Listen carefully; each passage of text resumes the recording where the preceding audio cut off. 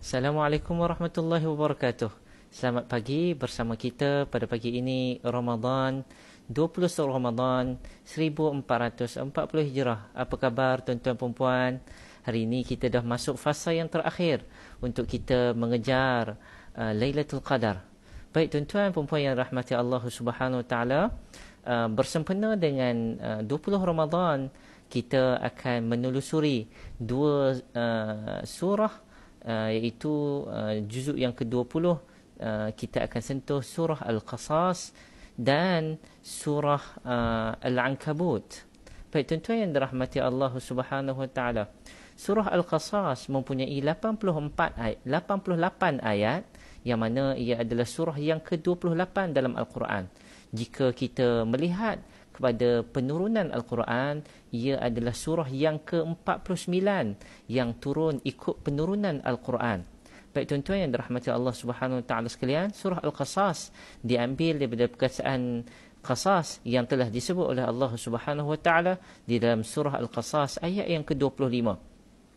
Sekiranya kita melihat surah Al-Qasas, kita akan faham cerita utama yang disampaikan kepada Nabi sallallahu alaihi wasallam di dalam surah ini ialah kisah Musa alaihi salam. Seperti mana kalau kita melihat surah yang diceritakan tentang Yusuf hanya di dalam satu surah, iaitu surah Yusuf, dan surah Al-Qasas ini boleh kita katakan hampir keseluruhan cerita adalah cerita tentang Nabi Musa alaihi salam. Begitu juga dengan cerita Nabi Musa ini diceritakan oleh Allah dalam surah Al-Qasas daripada kecil baginda sallallahu alaihi wasallam yang telah diperjalankan ataupun telah diletakkan di dalam kotak dan lalu berjalan sehingga ke Sungai Nil sampai ke rumah Firaun, ke istana Firaun. Nak ceritakan kepada kita bahawa Allah Subhanahu Wa Taala bila sebut Al-Qasas daripada perkataan Qisah maksud dia tatabu' athar, maksud dia mengikuti jejak langkah, step by step. Maksud dia Allah Subhanahu Wa Taala nak sampaikan cerita kepada kita ini, kisah Musa alaihi salam, secara sangat detail oleh Allah Subhanahu Wa Taala di dalam Al-Quran. Dan di dalam surah ini juga Allah Subhanahu Wa Taala juga menyelitkan cerita tentang Qarun yang hidup pada zaman Musa alaihi salam. Baik, sekiranya kita melihat cerita di dalam surah Al-Qasas adalah cerita Nabi Musa AS bertemu dengan Fir'aun. Fir'aun telah diberikan segala nikmat oleh Allah Subhanahu Wa Taala atas dunia, dan dia telah melupakan nikmat tersebut yang kita panggil istidraj. Begitu juga dengan Qarun. Qarun minta kepada Allah Subhanahu Wa Taala supaya diberikan kekayaan. Apabila Allah Subhanahu Wa Taala memberikan kekayaan kepada Qarun, maka Qarun telah melupa diri. Baik tuan-tuan yang dirahmati Allah Subhanahu Wa Taala, sebelum surah Al-Qasas, sekiranya kita melihat secara ringkas, iaitu Allah Subhanahu Wa Taala telah mendatangkan surah An-Naml. Sekiranya kita melihat munasabah tema di antara dua kisah ini, di dalam surah An-Naml Allah Subhanahu Wa Taala menceritakan bagaimana Nabi Sulaiman alaihissalam bersyukur kepada Allah, walaupun Nabi Sulaiman berkata kepada Allah, wa utina min kulli syai', kami telah diberikan segalanya oleh Allah Subhanahu Wa Taala. Tapi Nabi Sulaiman sangat bersyukur kepada Allah Subhanahu Wa Taala apabila Allah memberikan segala nikmat kepada Nabi Sulaiman alaihissalam. Tidak seperti mana Qarun, tidak seperti mana Fir'aun di dalam surah Al-Qasas. Baik tuan-tuan yang dirahmati Allah Subhanahu Wa Taala, selepasnya adalah surah Al-Ankabut, iaitu surah yang ke-29 yang diletakkan oleh Allah Subhanahu Wa Taala di dalam Al-Quran. Tuan-tuan yang dirahmati Allah sekalian, dua-dua surah ini, surah Al-Qasas dan surah Al-Ankabut, adalah surah Makkiyah. Adapun surah Makkiyah ini adalah surah Al-Ankabut ini adalah surah yang kedua yang terakhir turun di Mekah sebelum surah yang terakhir, iaitu surah Al-Mutaffifin.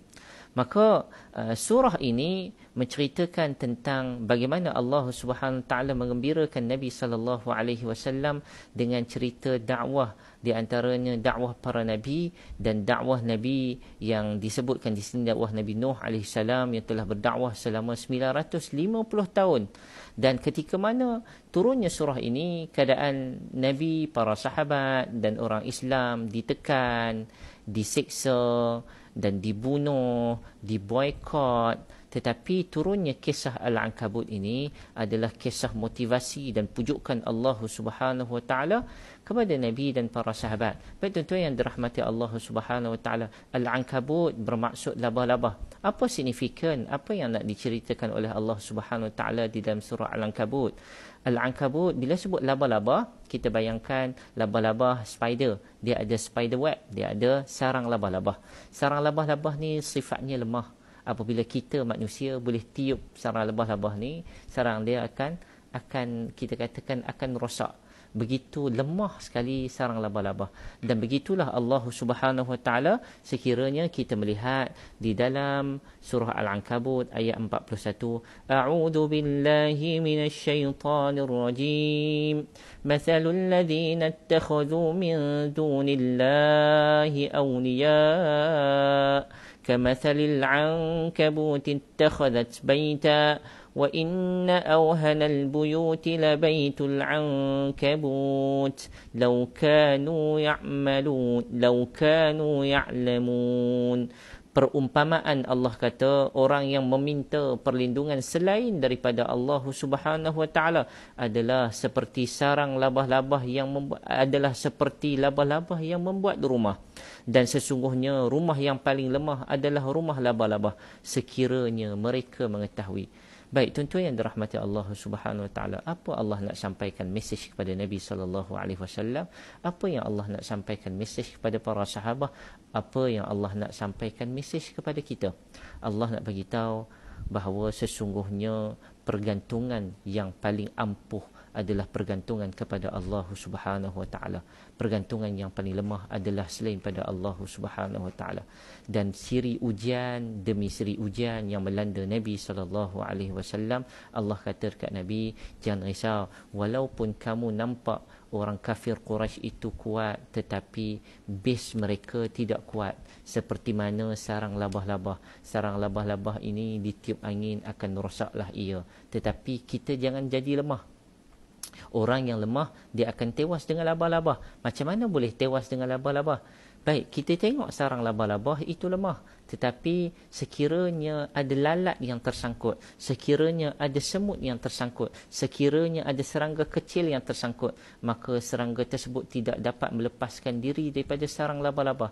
Ini menunjukkan sarang labah-labah yang lemah itu pun dapat memerangkap mereka yang sangat lemah. Bermaksud Allah Subhanahu Wa Taala nak bagi tahu kepada kita bahawa kita haruslah kuat, jangan jadi lebih lemah daripada sarang labah-labah tersebut. Kalau kita lagi lemah daripada sarang labah-labah, maka kita akan menjadi mangsa kepada labah-labah. Dengan kata lain, kita akan menjadi mangsa kepada mereka yang lagi lemah daripada kita. Baik tuan-tuan yang dirahmati Allah Subhanahu Wa Taala, kita kuatkan azam kita untuk meneruskan puasa agenda kita, iaitu mengejar Lailatul Qadar. Taharrau, kata Nabi, carilah kamu akan Lailatul Qadar. Maka tuan-tuan yang dirahmati Allah, jangan menjadi mangsa Al-Ankabut. Kita kena jadi kuat seperti mana Nabi sallallahu alaihi wasallam. Assalamualaikum warahmatullahi wabarakatuh.